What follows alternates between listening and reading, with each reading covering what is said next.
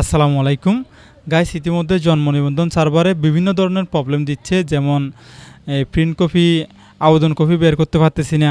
তারপরে এখন ইতিমধ্যে আবার একটা সমস্যা দেখা দিচ্ছে, যে সমস্যাটি হচ্ছে আমরা আবেদনই করতে পারতেছি না, এরকম একটা প্রবলেম দেখা দিচ্ছে। তো আপনারা যারা এই রিলেটেড কাজগুলো করেন, যারা কম্পিউটার দোকানদার বাইরে রয়েছেন, আজকে আপনাদেরকে আমি একটা সলিউশন দিচ্ছি। যেমন ইতিমধ্যে যে সমস্যাটি আসছে, ইতিমধ্যে একটি লেখা আসতেছে জন্ম নিবন্ধন সার্ভারে, ঢুকলে একটি লেখা আসে, সেই লেখাটির জন্য আমরা অনেকে মনে করতেছি কি এটা আবেদন হচ্ছে না এবং আবেদন করতে পারতেছি না। তা আসলে এরকম না বিষয়টা। সার্ভার যেহেতু আপডেট করতেছে, আপডেট চলমান রয়েছে, তা আমাদেরকে আবেদনেরও সুযোগ রয়েছে।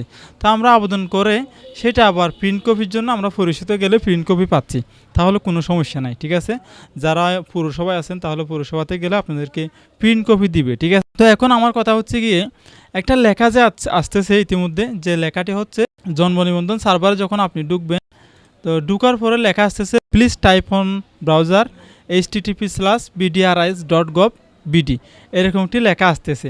তাহলে সেটির জন্য আমরা আর ঢুকতে পারতেছি না। তো আমি আপনাদেরকে এখনই দেখা দিচ্ছি সেটি কি প্রবলেম। সেটি থাকলে আবেদন আমরা করতে পারবো, সহজে করতে পারবো, কোনো সমস্যা নেই। আমরা এখন চলে যাব কম্পিউটার স্ক্রিনে। Let's get started. তো গাইস, আমি চলে আসছি কম্পিউটার স্ক্রিনে। আসার পরে আমি এখান থেকে জন্ম নিবন্ধন সার্ভারে ঢুকবো। এখানে দেখতে পাচ্ছেন আমার বুকমার্ক করা আছে, আপনারা জন্ম নিবন্ধনের জন্য আবেদন এই লেখাটি সার্ভারে লিখলেই সরাসরি এই সার্ভারে প্রবেশ করতে পারবেন। সার্ভারে আসার সাথে সাথে কিন্তু আমার এখানে please type on browser https:/bdris.gov.bd এই লেখাটি আসতেছে। এই লেখাটি আসতেছে, আমরা কি করব এখন? তাহলে কি আমরা আবেদন করতে পারবো না? অবশ্যই আবেদন করতে পারবো। আবেদন করতে গেলে আমাদের এখান থেকে http://bdris. এটি আমরা কপি করে নেব। এটি কন্ট্রোল-C দিয়ে আমরা এই বরাবর কপি করে নেব। কপি করে নেওয়ার পর আমরা আবারও এখান থেকে প্লাস আইকনে ক্লিক করে আমরা নিউ একটি ট্যাব নেব। নিউ ট্যাব নেওয়ার পর এই জায়গাতে আমরা কন্ট্রোল-V দিয়ে এটি প্রেস করে দিব। প্রেস করার পর ইন্টার বাটনে প্রেস করব।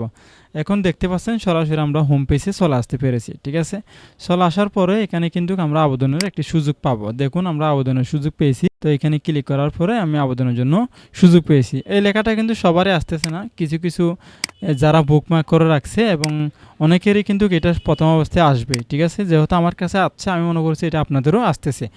তো তাহলে এখানে যেহেতু আমরা আবেদন করতে পারবো, তো আমরা যে প্রিন্ট কপি বলছিলাম, এই যে দেখুন প্রিন্ট কপির জন্য আমরা চাইলে এখানে জন্ম নিবন্ধন আবেদন প্রিন্ট, এখানে যখন আমরা আসি এরকম একটি লগ ইন অপশন আমাদের সামনে চলে আসে। তো এরকম লগ ইন অপশন যখন আমাদের সামনে চলে আসে, তাহলে আমরা কি করব এখন?